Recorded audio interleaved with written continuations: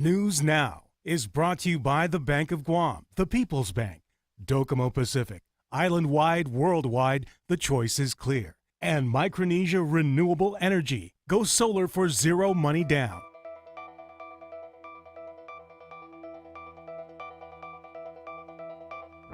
From the Pacific News Center in Hagåtña, Guam, here's Clint Ridgell and Janella Carrera with Betsy Brown and Roselle Romanes. PNC Sports with Blake Watson and Weather with Rebecca Kim. With your news now.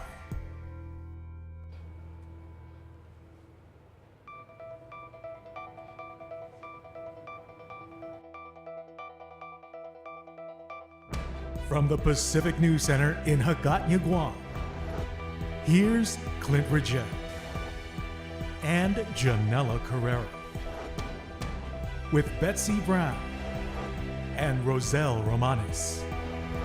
PNC Sports with Blake Watson and Weather with Rebecca Kim. With your news now. Half a day, it's Monday, December the 8th, and you're watching PNC's News Now. I'm Janella Carrera. And I'm Clint Ridgell. Thanks for tuning in.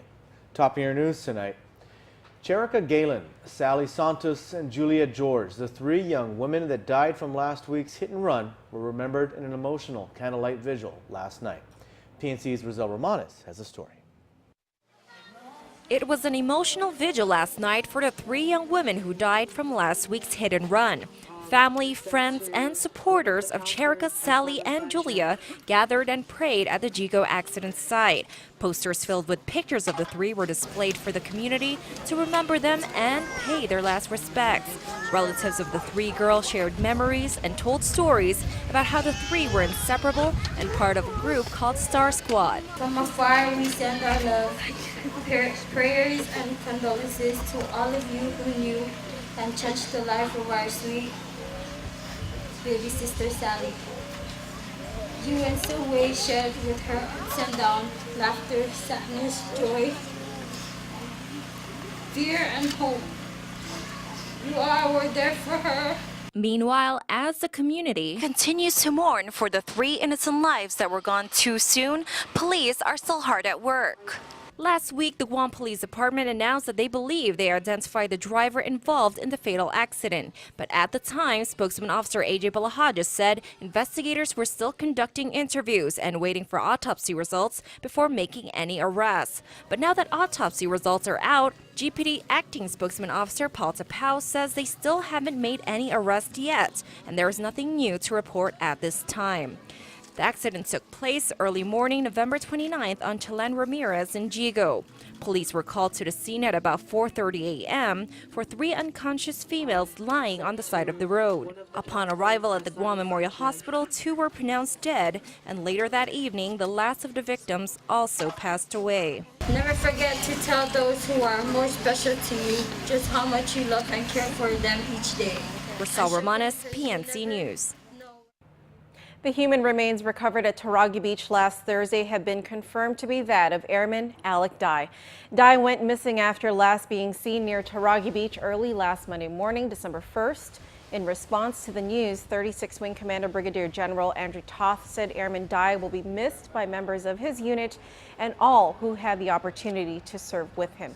Medical examiner Dr. Aurelio Espinola told PNC last Friday that he was waiting for some test results before completing the autopsy for the airman. Dye's remains were found in the surf zone of Taragi Beach last Thursday. He was deployed to Guam from the 2nd Aircraft Maintenance Squadron at Barksdale Air Force Base in Louisiana. The Guam Power Authority and the Consolidated Commission on Utilities are concerned about GRP's proposed incinerator power purchase agreement, an agreement that could get passed into law by the Guam legislature. On Friday, the legislature will be holding a public hearing on a bill that would approve a power purchase agreement between GovGuam and GRP. GRP is a company that has been trying for years now to build a waste-to-energy incinerator plant in the village of Santa Rita. CCU Chairman Simon Sanchez says the CCU and GPA are concerned about a couple of key things that are missing from this particular power purchase agreement. The cost to connect the generator to the grid is always borne by the developer. Under this proposal, the government of Guam somehow is going to come up with the costs to connect the generator that this group wants to build to the grid. Sanchez says that costs can be $7 to $15 million.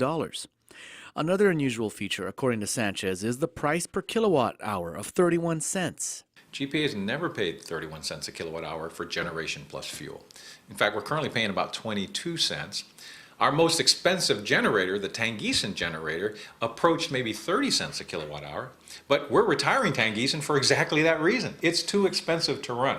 Sanchez says the third unusual thing about this proposed power purchase agreement is that the power is actually going to be sold to the government of Guam instead of directly to GPA, which means Gov Guam will have to buy the power and then sell it to GPA.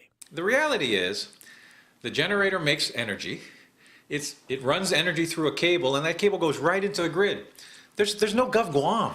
It's not like you pick up the megawatt and drive it to the governor's office or drive it to the legislature and say, now you guys do something with this. It automatically goes into the grid. So why would you have a middleman? Why would the government of Guam even be in the middle of a sale from a power generator to a power distributor like us? Sanchez says that they hope that the legislature really listens to all sides and all stakeholders to ensure that the best decision is made for the island of Guam. 2 vehicles that were stolen from near the Jigo Payless were found burnt on Route 15 this afternoon. Guam Police Department spokesman Officer Paul Tapao says police first received a call about a car missing from the parking lot near Payless at 10 a.m.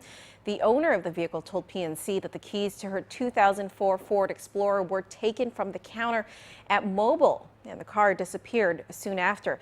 At about 12 noon, police responded to a car fire on Route 15. According to Tapao, 2 vehicles had been burnt.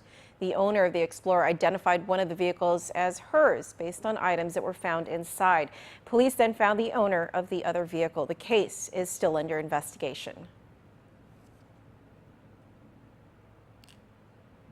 And just a little over a year after Super Typhoon Haiyan, one of the most devastating storms in Philippine history, the nation once again braced for yet another powerful typhoon. Super Typhoon Hagupit, which incidentally means to lash in Tagalog, pummeled through the Philippines over the weekend. Hagupit formed south of the Mariana Islands early last week and headed west. On its way to the Philippines, its center passed just north of Palau, according to weather reports. Gusts were estimated to be at 180 miles an hour, but the super typhoon force winds had slightly weakened down to about 140 miles an hour by Friday evening. Still reeling from Haiyan's devastation, about 1 million residents were evacuated, half of whom came from the city of Tacloban, which alone took the brunt of Haiyan last year. The storm had weakened by the time it made landfall in the Philippines, but it was still expected to cause significant damage. Well, we had a full weekend of sports. Let's check in with Blake to see what he has in sports. I just biked all the way here to tell you sports is on the way. Bring your helmet. You're going to need it. There's a lot of sports. It's coming up. See you there.